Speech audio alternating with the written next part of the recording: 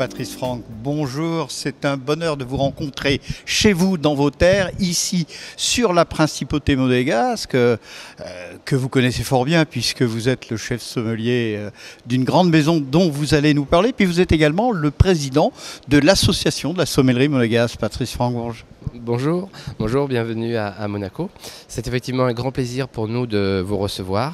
On reçoit aujourd'hui, dans le cadre du concours du meilleur sommelier d'Europe, 50 pays du monde entier sur la principauté.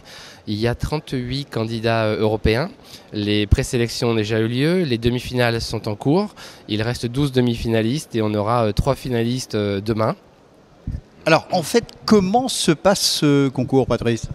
Donc, il y a une première partie qui est un questionnaire écrit, donc sur les connaissances œnologiques et de viticulteurs du monde entier.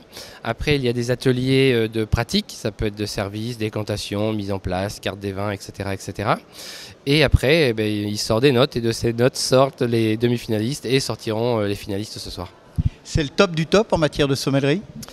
Ah, effectivement, je pense qu'on ne peut pas, quelqu'un qui gagne un titre de meilleur sommelier d'Europe et après potentiellement un titre de meilleur sommelier du monde, il ne peut pas prétendre à d'autres titres plus importants en termes de sommellerie.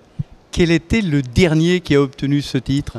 Le dernier qui a obtenu le titre de meilleur sommelier d'Europe, c'était Paolo Basso, qui est un candidat suisse et qui, 7 mois après, a été meilleur sommelier du monde au Japon. C'est le dernier meilleur sommelier du monde en titre. Dont on a beaucoup parlé, en toute modestie d'ailleurs, parce que c'est un garçon fort sympathique qui travaille sur le fond des dossiers. Absolument, et c'est important de garder de toute façon le contact avec la restauration. Je pense que même meilleur sommelier du monde, on doit avoir un contact avec la salle, puisque la sommellerie, c'est obligatoirement dans un restaurant ou dans une maison privative où il y a du service. Enfin, toutes ces notions-là doivent rester effectivement en activité après les titres. Bonheur et plaisir de la table.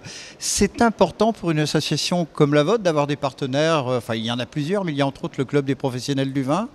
Mais tout à fait, c'est important pour nous. Ça nous permet déjà de nouer un relationnel avec nos partenaires. Ça nous permet également d'avoir une certaine visibilité. Ça permet de faire parler de notre association. Ça permet de faire parler de la principauté. Et puis il y a une réciprocité qui se fait entre nos partenaires, quels qu'ils soient, les domaines viticoles qui sont tous là ce matin. Ça nous permet d'essayer de faire une petite osmose autour de la principauté, autour de notre activité de la sommellerie.